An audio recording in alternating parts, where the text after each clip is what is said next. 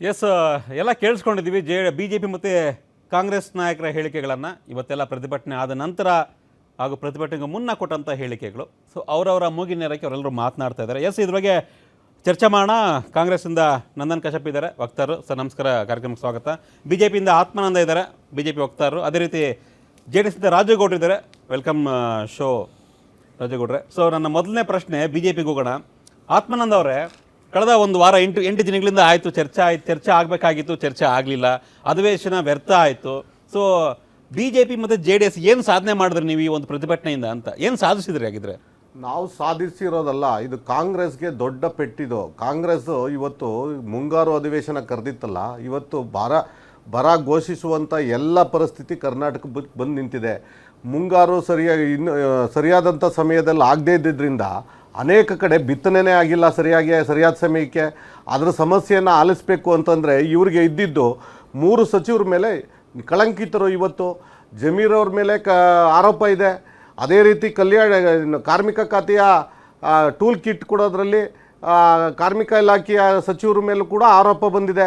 ಇವತ್ತು ನಾಗೇಂದ್ರ ಅವರು ಇದೇ ಕಾರಣಕ್ಕೆ ರಾಜೀನಾಮೆಯನ್ನು ಕಳೆದ ಬಾರಿ ಸಿದ್ದರಾಮಯ್ಯನವ್ರ ಕ್ಯಾಬಿನೆಟಲ್ಲಿ ಎಲ್ಲ ಸಾಬೀತಾಗಿದೆ.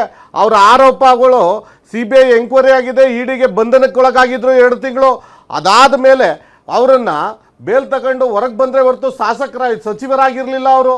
ಇವತ್ತು DK ಶಿವಕುಮಾರ್ ಮುಖ್ಯಮಂತ್ರಿ ಆದ ತಕ್ಷಣ ಕ್ಲೀನ್ ಚಿಟ್ ಕೊಟ್ರ ಅವ್ರಿಗೆ. ಅಂಥ ಶಾಸಕನನ್ನ ಕಳಂಕಿತನನ್ನು ನಾವು ಇರೋಕ್ಕೆ ಬಿಡೋದಿಲ್ಲ ಅನ್ನುವಂಥ ಹೋರಾಟವನ್ನು ಮೊದಲೇ ಮಾಡಿದ್ವಿ. ಆ ಹೋರಾಟ ಮಾಡಿದ್ವಿ. ಇವತ್ತು ಯಾವುದೇ ಸದನ ನಡೀಲಿಲ್ಲ ಅನ್ನೋದಕ್ಕಿಂತಾಗಿ ಕಾಂಗ್ರೆಸ್ನವ್ರಿಗೆ ಸದನ ನಡೆದ್ರೆ ಎಲ್ಲೋ ಒಂದು ಕಡೆ ಎಲ್ಲರ ಹೆಸರು ಬರಬೇಕಾಗತ್ತೆ. ಏನು 600 ಖಾತೆಗಳಿಗೆ ದುಡ್ಡು ಹೋಗಿತ್ತಲ್ಲ ನಾಗೇಂದ್ರ ಅವರ ಇಲ್ಲ ವಾಲ್ಮೀಕಿ ಅಭಿವೃದ್ಧಿ ನಿಗಮದಿಂದ, ಆ 600 ಖಾತೆಗಳು ಯಾವ್ಯಾವು, ಮತ್ತು ಹೊರ ರಾಜ್ಯದಲ್ಲಿ ಯಾರ್ಯಾರಿಗೆ ಹೋಗಿತ್ತು, ಮತ್ತು ನಾಗೇಂದ್ರ ಅವರ ಸ್ವತಃ ಹೆಂಡತಿ ಖಾತೆಗೆ ಹೋಗಿತ್ತು, ತಮ್ಮನ ಖಾತೆಗೆ ಹೋಗಿತ್ತು, ಅವರ ತಂದೆಯವ್ರ ಖಾತೆಗೆ ಹೋಗಿತ್ತು.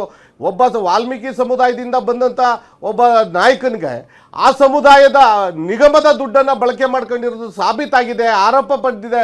ಇಷ್ಟೆಲ್ಲ ಆಗಿದ್ರೂ ಕೂಡ ಕಾಂಗ್ರೆಸ್ಗೆ ಅವರನ್ನೇ ಯಾಕೆ ಮುಂದುವರಿಸಬೇಕು ಹಠ ಬಿದ್ದು ಇವತ್ತು ಈ ಜನರ ತೆರಿಗೆ ದುಡ್ಡಲ್ಲಿ ಸದನ ನಡೀತಾ ಇದೆ, ಕಲಾಪ ನಡೀತಾ ಇದೆ, ಚರ್ಚೆಗೊಳಗಾಗಬೇಕು.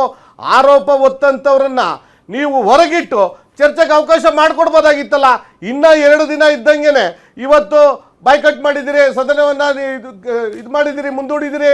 ಹೀಗಾಗಿ ಇವ್ರಿಗೆ ಚೆನ್ನಾಗಿ ಗೊತ್ತಿದೆ ಅವ್ರ ಉಳ್ಕೊ. ಇವತ್ತು ನೋಡಿ DK ಶಿವಕುಮಾರ್ ಅವರ ಮೊದಲ ಕ್ಯಾಬಿನೆಟ್ ಇದು ಎಷ್ಟು ಚೆನ್ನಾಗಿ ಆಗಬೇಕಾಗಿತ್ತು. ನಾಗೇಂದ್ರ ಅವರನ್ನ ಕಳಂಕಿತರು ಅಂತ ಗೊತ್ತಿದ್ರು ಕೂಡ ಅವ್ರಿಗೆ ಮಂತ್ರಿ ಮಾಡಿ ಕಲಾಪ ನಡೆದಂಗೆ ನೋಡ್ಕೊಂಡಿದ್ದು ಕಾಂಗ್ರೆಸ್ಸು. ನಮ್ಮ ಹೋರಾಟಕ್ಕೆ ಬೆಲೆ ಕೊಟ್ಟು ಈ ಜನರ ವಿರೋಧ ಪಕ್ಷವಾಗಿ ನಮ್ದಲ್ಲ, ಈ ಜನರ ಒಕ್ಕೊರಳ ಹೋರಾಟ ಅದು. ಅನೇಕ ಜಿಲ್ಲೆಗಳಲ್ಲಿ ಹೋರಾಟ ಆಯಿತು, ಸದನದಲ್ಲಿ ಹೋರಾಟ ಆಯಿತು, ನಿರಂತರವಾಗಿ ಆ 8 ದಿನಗಳ ಕಾಲ ಹೋರಾಟ ಆಗಿದೆ. ಒಂದು ರಾಜೀನಾಮೆ ಕಡೆಗೆ ಕಾಂಗ್ರೆಸ್ಗೆ ಆಗಲಿಲ್ಲ, ಅದು ಕಳಂಕಿತರನ್ನ. ಹಾಗಾಗಿ ಇವರ ವಿಫಲವನ್ನು ನಮ್ಮ ಮೇಲೆ ಹೇರುವಂಥ ಕೆಲಸ ಮಾಡಿ. ಯಾವುದಾದ್ರು ಸರ್ಕಾರದಲ್ಲಿ ಆಡಳಿತ ನಡೆಸಬೇಕಾದ ಸರ್ಕಾರ ಹೋಗಿ ವಿಧಾನಸೌಧದ ಗಾಂಧಿ ಪ್ರತಿಮೆ ಮುಂದೆ ಇವತ್ತು ಪ್ರತಿಭಟನೆ ಮಾಡ್ತಾ ಇದ್ದಾರೆ. ಯಾರು ಬಂದೇ ಪ್ರತಿಭಟನೆ ಮಾಡ್ತಾ ಇದ್ದೀರಿ? ನೀವು ಆಡಳಿತ ಪಕ್ಷದಲ್ಲಿರೋರು. ಆಡಳಿತ ಪಕ್ಷವೇ ಒಂದು ವಿರೋಧ ಪಕ್ಷವಾಗಿ ನೀವು ಪ್ರತಿಭಟನೆಗೆ ಇಳುತ್ತೀರಿ ಅಂತಂದರೆ ಇದು ಯಾವ ಸರ್ಕಾರ ಸ್ವಾಮಿ? ಇದು ಕಾಂಗ್ರೆಸ್ ಸರ್ಕಾರಕ್ಕೆ ಈ ಥರದ ಚಾಳಿಗಳು ನಿರಂತರವಾಗಿದ್ದು, ಅದರಲ್ಲೂ ಕೂಡ ಏನು ಸಂವಿಧಾನ ಮತ್ತು ಅಂಬೇಡ್ಕರ್ ಹೆಸರು ಹೇಳ್ಕೊಂಡ ಬಂದಿರುವಂಥ ಕಾಂಗ್ರೆಸ್ಗೆ ಈ ಆರೋಪ ಬಂದಿರುವಂಥದ್ದು ತಳ ಸಮುದಾಯಗಳಿಗೆ ಕಲ್ಯಾಣಕ್ಕೆ ಬಳಕೆ ಆಗಬೇಕಾದಂಥ ಸರಿಯಾದ ರೀತಿಯಲ್ಲಿ ಬಳಕೆ ಆಗಬೇಕು. ನಿಮಗೆ ಈಗ ನಾವು ಕೇಳಿಸ್ಕೊಂಡ್ವಿ, CM ಮಾತಿಂದ ಹಿಡಿದು ಸಚಿವರ ಮಾತಿಂದ ಹಿಡಿದು ಎಲ್ಲರ ಮಾತುಗಳನ್ನ ಕೇಳಿಸ್ಕೊಂಡ್ವಿ. ಸೊ ಎಲ್ಲರೂ ಒಂದು ಮಾತು ಹೇಳ್ತಾ ಇದ್ರು, ಸದನದ ಒಳಗಡೆ ಬನ್ನಿ ಚರ್ಚೆ ಮಾಡೋಣ, ಚರ್ಚೆಗೆ ಅವಕಾಶ ಕೊಟ್ಟಿಲ್ಲ ಅಂದ್ರೆ ಆಗ ಪ್ರತಿಭಟನೆ ಮಾಡಿದ್ದೀವಿ. ಚರ್ಚೆಗೆ ಅವಕಾಶ ಕೊಡ್ದೇನೆ ನೀವು ಹೇಳಿದ್ರಿ ಈಗ ಚರ್ಚೆ ಮಾಡ್ಬೇಕಾಗಿತ್ತು ಅಂತ. ನೀವು ಚರ್ಚೆಗೆ ರೆಡಿ ಇಲ್ಲ BJP ಮತ್ತು JDSನವರು. ಚರ್ಚೆ ಆಗದೇನೆ ಬರೀ ಪ್ರತಿಭಟನೆಯಲ್ಲೇ ಕಾಲಹರಣ ಮಾಡಿದ್ದು ತಪ್ಪಲ್ವಾ? ಚರ್ಚೆ ಮಾಡಕ್ಕೆ ಚರ್ಚೆಗೆ ಅವಕಾಶ ಕೊಡ್ತಾ ಇದ್ರು, ಚರ್ಚೆಗೆ ನಾವು ರೆಡಿ ಅಂತ ಚರ್ಚೆ ಮಾಡಕ್ಕೆ ಅವಕಾಶನೇ ಬೇಕಾಗಿಲ್ಲ. ಯಾಕೆ ಅಂದ್ರೆ ಚರ್ಚೆ ಮಾಡಲಿಕ್ಕೆ ಒಬ್ಬ EDಗೆ ಎಂಕ್ವೈರಿ ಆಗಿ ಬಂಧನಕ್ಕೊಳಗಾಗಿ ಸಾಬೀತಾಗಿದೆ, ದಾಖಲೆ ಇದೆ ನಿಮ್ಮ ಹತ್ರ, ನಮ್ಮ ಹತ್ರ.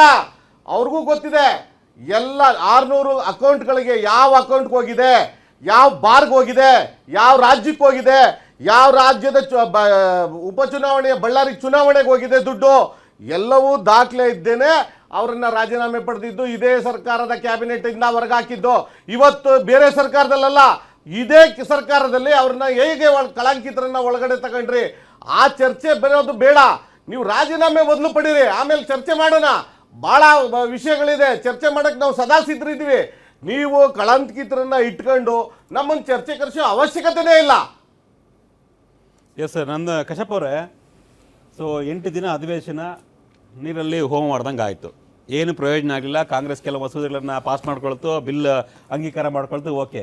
ಈ ಪ್ರತಿಭಟನೆ ವಿಚಾರವನ್ನು ನೋಡಿದಾಗ ನಾವು ಗಮನಿಸಿದಾಗ BJP ಮತ್ತು JDS ದೊಡ್ಡ ಮಟ್ಟದಲ್ಲಿ ಪ್ರತಿಭಟನೆ ಆಯ್ತು ಈ ಬಾರಿ. ಬಹುಶಃ ಕಾಂಗ್ರೆಸ್ ನಿರೀಕ್ಷೆ ಮಾಡಿರಲಿಲ್ಲ. ಎಸ್ಪೆಷಲಿ ಇವತ್ತು ಏನು ಪ್ರತಿಭಟನೆ ಆಯಿತು, ದೊಡ್ಡ ಮಟ್ಟದಲ್ಲಿ ಪ್ರತಿಭಟನೆ ಅಂದರೆ ಪ್ರತಿಭಟನೆ ವಿಚಾರದಲ್ಲಿ ಒಂದು ಹಂತದಲ್ಲಿ BJP ಸಕ್ಸಸ್ ಆಯಿತು ಅವ್ರದ್ದು. ಬಟ್ ಈ ಹಿಂದೆ BJP ಗೌರ್ಮೆಂಟ್ ಇದ್ದಾಗ ಈಶ್ವರಪ್ಪ ಅವರ ರಾಜೀನಾಮೆನೇ ಪಡೆದ್ರು. ಯಾಕಂದರೆ ಅವರು ಗುತ್ತಿಗೆದಾರರು 20% 30% ಕೇಳಿದ್ರು, ಆತ್ಮಹತ್ಯೆ ಮಾಡ್ಕೊಂಡು ಸಾವಿಗೀಡಾದರು. ಅದೇ ಪ್ರಕರಣವನ್ನು ಇದಕ್ಕೆ ಕಂಪೇರ್ ಮಾಡ್ತಾ ಇದ್ದಾರೆ BJP ಅವರು. ಇಲ್ಲೂ ಕೂಡ ಆತ್ಮಹತ್ಯೆ ಮಾಡಿಕೊಂಡ್ರು ಚಂದ್ರಶೇಖರ್. ಅದಕ್ಕೆ ಕಾರಣ ವಾಲ್ಮೀಕಿ ಹಗರಣ, ನಾಗೇಂದ್ರ ಅನ್ನೋ ಒಂದು ಆರೋಪ. ಇಷ್ಟೆಲ್ಲ ಇದ್ರೂ ಕೂಡ ಓಕೆ, ಈಗ ಚಾರ್ಜ್ ಶೀಟ್ ಫೈಲ್ ಮಾಡ್ತಾ ಇದ್ದಾರೆ, ED ತನಿಖೆ ಆಗ್ತಾ ಇದೆ, CBI ತನಿಖೆ ಆಗ್ತಾ ಇದೆ. ಬಟ್ ಇನ್ನು ದೋಷಿ ಅಂತ ಬಂದಿಲ್ಲ, ಅಪರಾಧಿ ಅಲ್ಲ. ಅವ್ರ ಮೇಲೆ ಆರೋಪ ಇದೆ. ಹಂಗೆ ನೋಡ್ಕೊಂಡು ಬರೀ ಕರ್ನಾಟಕ ಅಲ್ಲ, ಇಡೀ ಇಂಡಿಯಾದ 50% ರಾಜಕಾರಣಿಗಳ ಮೇಲೆ ಸಿಕ್ಕಾಪಟ್ಟೆ ಆರೋಪಗಳಿದ್ದಾವೆ. ಅವ್ರೆಲ್ಲ ರಾಜೀನಾಮೆ ಕೊಡೋಕ್ಕಾಗಲ್ಲ. ಬಟ್ ಒಂದು ನೈತಿಕತೆ ಬೇಕಾಗಿತ್ತಲ್ಲ ಕಾಂಗ್ರೆಸ್ಗೆ ಅಂತ. ನೋಡಿ, ಇವಾಗ BJP ಅವರಿಗೆ ಭ್ರಷ್ಟಾಚಾರದ ಬಗ್ಗೆ ಮಾತನಾಡುವ ನೈತಿಕತೆ ಇಲ್ಲ.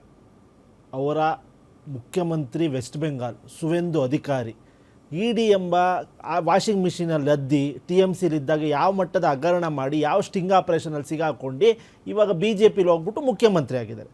ಸೆಕೆಂಡು, ಅಸ್ಸಾಮಿನ ಹೇಮಂತ ಬಿಸ್ವಾಸು ED ಎಂಬ ವಾಷಿಂಗ್ ಮಿಷಿನಲ್ಲಿ ಅದ್ದಿ ಯಾವ ಸ್ಟಿಂಗಲ್ಲಿ ಸಿಗಾಕೊಂಡು ಇವತ್ತು BJPಯಲ್ಲಿ ಅಸ್ಸಾಂ ಮುಖ್ಯಮಂತ್ರಿ ಆಗಿದ್ದಾರೆ. ಇವರಿಗೆ ಭ್ರಷ್ಟಾಚಾರ ಬಗ್ಗೆ ಮಾತನಾಡುವ ನೈತಿಕತೆ ಎಲ್ಲಿದೆ ಸರ್? ಯಡಿಯೂರಪ್ಪನವರು ಅರೆಸ್ಟ್ ಆದಾಗ ಹೋಗಿ ರಾಜೀನಾಮೆ ಕೊಟ್ಟರು. ಏನೇಳಿ, ಅರೆಸ್ಟ್ ಆಗಬೇಕಾದ್ರೆ ಹೋಗಿ ರಾಜೀನಾಮೆ ಕೊಟ್ಟರು ಸರ್. ಜನಾರ್ದನ್ ರೆಡ್ಡಿ ಅರೆಸ್ಟ್ ಆಗಿರಬೇಕಾದ್ರೆ ರಾಜೀನಾಮೆ ಕೊಟ್ಟರು ಸರ್. ಸಂಪಂಗಿ ಅರೆಸ್ಟ್ ಆಗಬೇಕಾದ್ರೆ ಹೋಗಿ ರಾಜೀನಾಮೆ ಕೊಟ್ಟರು ಸರ್. ಕಟ್ಟಾ ಸುಬ್ರಹ್ಮಣ್ಯ ನಾಯ್ಡು ಅರೆಸ್ಟ್ ಆಗಬೇಕಾದ್ರೆ ಹೋಗಿ ರಾಜೀನಾಮೆ ಕೊಟ್ಟರು. ನಾಗೇಂದ್ರ ಅವ್ರ ಮೇಲೆ ಯಾವ್ದಾರ ಏಜೆನ್ಸಿ, ಅವ್ರದ್ದೇ ಏಜೆನ್ಸಿ, ಅವ್ರದ್ದ ಪಪ್ಪೆಟ್ ಏಜೆನ್ಸಿಗಳು ಪ್ರೂವ್ ಮಾಡಿದ್ಯಾ? ಇಲ್ಲ. ಟ್ರಯಲಲ್ಲಿದೆ. ಆತ್ಮಹತ್ಯೆ ಇವಾಗ ಈಶ್ವರಪ್ಪನವ್ರದ್ದು ಉದಾಹರಣೆ ಕೊಟ್ರಿ ಸರ್ ತಾವು.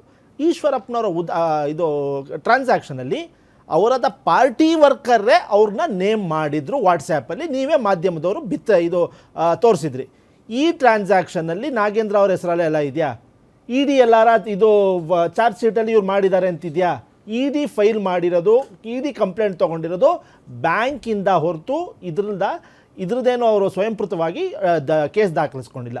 CBI ಅವ್ರದ್ದೇ ಪಪ್ಪೆಟ್ಟು. ನಿಮಗೆ ಗೊತ್ತು 12 ವರ್ಷದಿಂದ CBI ಹೆಂಗೆ ಆಡ್ತಿದೆ ಅಂತ ನಿಮಗೆ ಗೊತ್ತು. CBI, IT ಈ ಎಲ್ಲ ಈ ತನಿಖಾ ಸಂಸ್ಥೆಗಳು ಅವ್ರ ಕೈ ಕೆಳಗಡೆ ಇದೆ, ಇರಲಿ ಪರವಾಗಿಲ್ಲ. ಯಾವುದಾದ್ರು ತನಿಖಾ ಸಂಸ್ಥೆಗಳು ನಾಗೇಂದ್ರ ಅಪರಾಧಿ ಅಂತ ಪ್ರೂವ್ ಮಾಡಿದೆ ಸರ್? ಮಾಡಿಲ್ಲ. ಏನಕ್ಕೆ ರಾಜೀನಾಮೆ ಕೊಡಬೇಕು? Coming back to the subject, ನೀರಲ್ಲಿ ಹೋಮ ಮಾಡಿದ್ರಿ ಅಂತ ಹೇಳ್ತಾ ಇದ್ದೀರಲ್ಲ ಸರ್. ನಾವು ಒಂದು ಕಲಾಪ ನಡಿಬೇಕಾದ್ರೆ ಒಂದು ರೂಲ್ ಇದೆ. ನೋಟಿಸ್ ಕೊಡಬೇಕು ಅಂತ ಮುಖ್ಯಮಂತ್ರಿಗಳಾದಿಯಾಗಿ, ಉಪಮುಖ್ಯಮಂತ್ರಿಗಳು ನಮ್ಮ ಪರಮೇಶ್ವರ್ ಸಾಹೇಬ್ರಾದಿಯಾಗಿ, ನಮ್ಮ ಕೃಷ್ಣ ಬೈರೇಗೌಡರ ಆಗಲಿ ಅಶೋಕ್ ಅವರಿಗೆ ನೀವು ಏನಕ್ಕೆ ಪಲಾಯನವಾದಿ ಮಾಡ್ತಿದ್ದೀರಾ? ನೋಟಿಸ್ ಕೊಡಿ. We are ready to discuss. ನಾಗೇಂದ್ರನ ಮೇಲೆ ಡಿಸ್ಕಸ್ ಮಾಡ್ತೀವಿ. ಯಾಕಂದರೆ ಸಿದ್ದರಾಮಯ್ಯನವರು ಇದು ಈ ವಿಚಾರವಾಗಿ 8 ಗಂಟೆ ಕಾಲ ಸತತವಾಗಿ ಡಿಸ್ಕಷನ್ ಮಾಡಿದ್ದಾರೆ. 2024 ಆಗಸ್ಟ್ 28ನೇ ತಾರೀಕು ಇದೇ ವಿಷಯ ಇಟ್ಕೊಂಡು ಡಿಸ್ಕಷನ್ ಮಾಡಿಬಿಟ್ಟು ಹೌಸಲ್ಲಿ ಉತ್ತರ ಕೊಟ್ಟಿದ್ದಾರೆ. V are ready with facts. ಏನೇನು ನಡೆದಿದೆ ಎಲ್ಲ ಉತ್ತರ ಕೊಡ್ತೀವಿ. ಯಾಕೆ ಪಲಾಯನವಾದ ಮಾಡ್ತಿದ್ದಾರೆ BJP ಅವರು ಅಂತ ನಮ್ಮ ಪ್ರಶ್ನೆ. ನೋಟಿಸ್ ಕೊಟ್ಟರೆ, ನೋಟಿಸೇ ಕೊಟ್ಟಿಲ್ಲ, ಸುಮ್ಮನೆ ಡಿಸ್ಕಷನ್ ಮಾಡ್ತೀವಿ. ಇದು ರಾಜೀನಾಮೆ ರಾಜೀನಾಮೆ ಅದೇ ಸಬ್ಜೆಕ್ಟ್ಗೆ ನಾವು ಡಿಸ್ಕಸ್ ಮಾಡೋಕ್ಕೆ ರೆಡಿ ಇದೀವಲ್ಲ ಸ್ವಾಮಿ, ಯಾಕೆ ನೀವು ಇದು ನೋಟಿಸ್ ಕೊಡ್ತೀರಾ?